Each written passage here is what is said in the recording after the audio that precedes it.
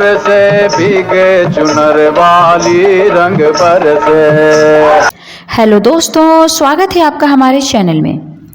अपनी एक्टिंग से सबको मंत्रमुग्ध करने वाली 80 के दशक की सुपर एक्ट्रेस, जिसने अपनी वर्सटाइल एक्टिंग के सभी को मोह लिया था।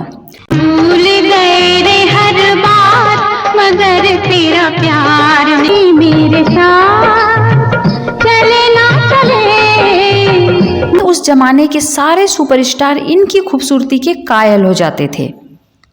उस दौर में हर कोई इस कमसीन हसीना से शादी करना चाहते थे। कुछ सुपरस्टार तो इनकी खूबसूरती के सामने अपना बसा बसाया घर तक उजाड़ने को तैयार थे। देखो, मुझे गुस्सा मत दिलाओ शशि। तुम समझते क्या हो अपने आप को? तुमसे शादी करने के लिए मैं इतना बड़ा जाल बिछाऊंगी? लेकिन क्या आप जानते हैं कि ये करोड़ों की मालकिन होने के बावजूद कभी खुश नहीं रह सकी। बलाक ही खूबसूरत होने के बावजूद सच्चे प्यार के लिए ताउम्र तरसती रहीं।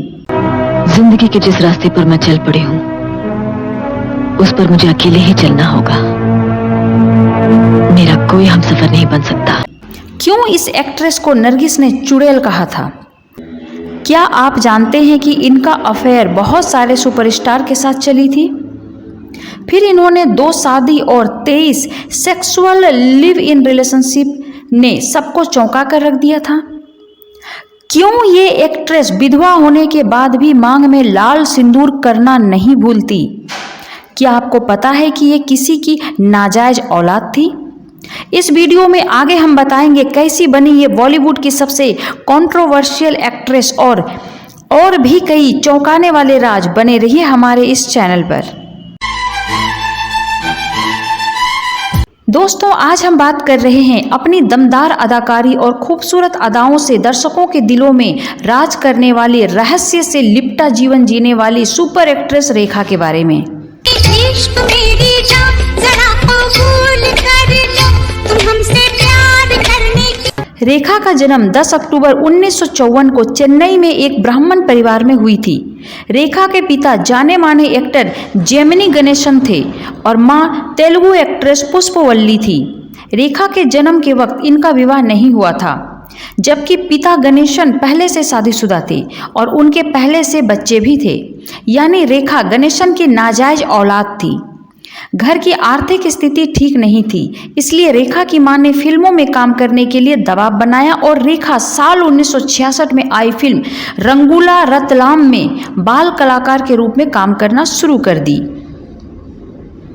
1970 में रेखा की 2 फिल्में रिलीज हुई, तेलुगु फिल्म अम्मा कोसम और हिंदी फिल्म सावन भादो, जो कि उनकी बॉलीवुड में अभिनेत्री के तौर पर डेब्यू फिल्म मानी जाती है। कान में झुमका, चाल में ठुमका, कमर पे चोटी लटके,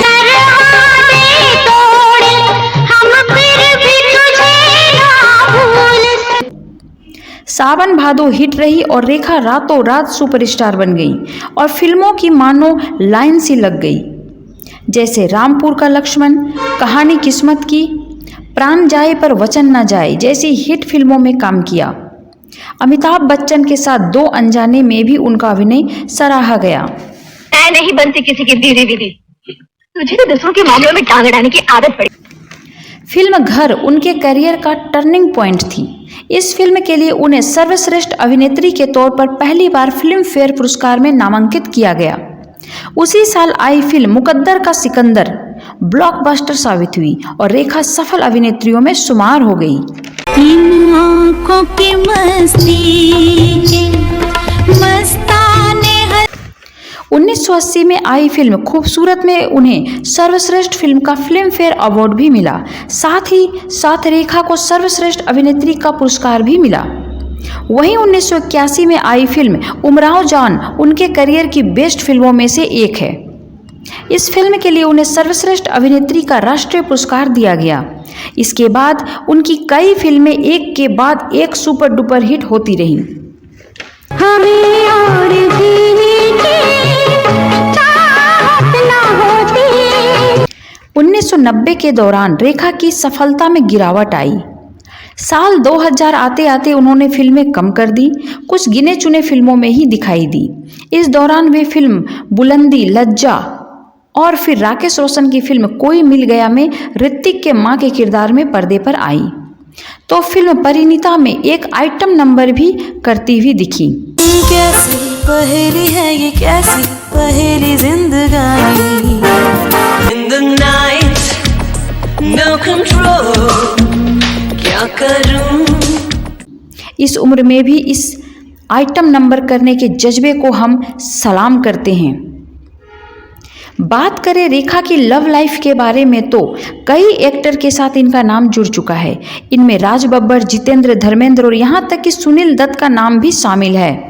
रहिए इस कमरे में, खाइए इस पंखे की हवा, मेरा भी जीने को जी जाता है। वहीं अमिताभ बच्चन और रेखा का प्यार इतना गहरा था कि इनके इश्क के किस्से बॉलीवुड के गलियारों में खूब गूंजे थे। परदेसिया ये सच है पिया, सब कहते हैं मैंने तुझको दिल दे दी। इन्होंने तकरीबन 10 फिल्मों में साथ साथ काम किया, लेकिन इस रिश्ते में दूरियां फिल्म सिलसिला के दौरान आई थी। तुम होती तो ऐसा होता, तुम होती तो वैसा होता। मैं अमिताभ बच्चन के पिता उन पे दबाव बनाने लग गए थे कि वो रेखा से दूरी बना ले और जया भादुरी से शादी कर ले। अमिताभ बच्चन ने जया भादुरी से शादी भी कर ली है, लेकिन इस शादी के बावजूद रेखा अमिताभ के दिल से कभी निकल नहीं पाई। ना चाहते हुए भी मैंने तुम्हें इतना चाहा कि किसी और को जाने की आरज़ू भी ना रही। रंग भर से भीगे चुनर वाली रंग भर। लेकिन जया बच्चन की वजह से दोनों की राहें जुदा जरूर हो गई। रेखा की मुलाकात 1990 में दिल्ली के बिजनेसमैन मुकेश अग्रवाल से हुई।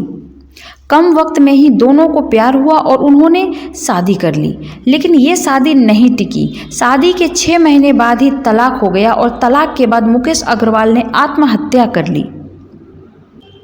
इसके बाद रेखा एक्टर विनोद मेहरा के साथ रिलेशन में आई। आपके चेहरे पे गुलाल कितना खिल उठा है। होली का रंग देखकर पहला प्यार क्यों याद आ जाता है। आज कल पाँव जमीन पर नहीं पड़ते।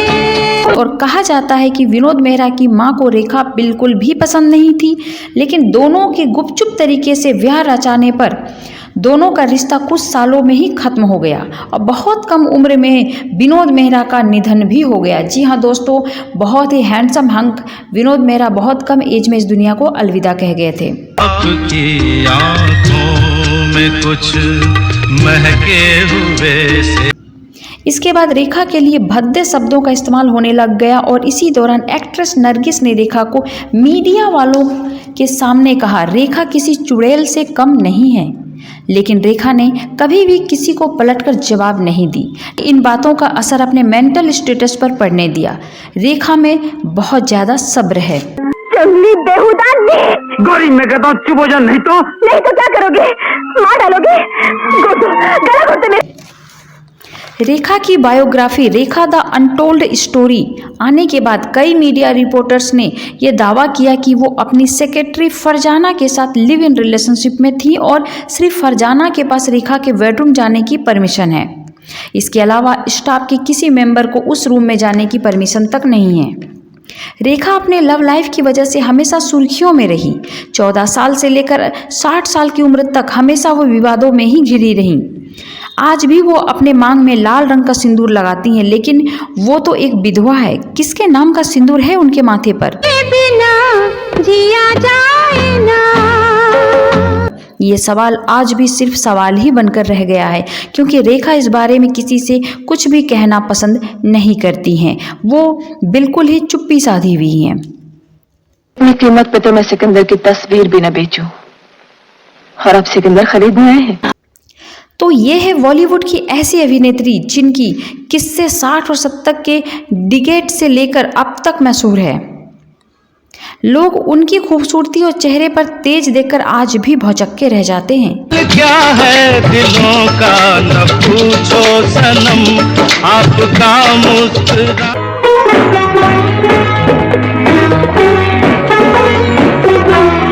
तो दोस्तों, रेखा के जीवन से जुड़ी कुछ और किस्से आपको पता हो तो प्लीज हमें कमेंट करें। Thank you so much. अपना ख्याल रखिए, स्वस्थ रहिए, मस्त रहिए, यूं ही हंसते हुए रहिए। भूल गए रे हर बात, मगर तेरा प्यार नहीं। का और काले का रूप नहीं देखा। पन्नादाई की ममता और प्रेम को छला है। रानी झांसी और रजिया सुल्तान का सामना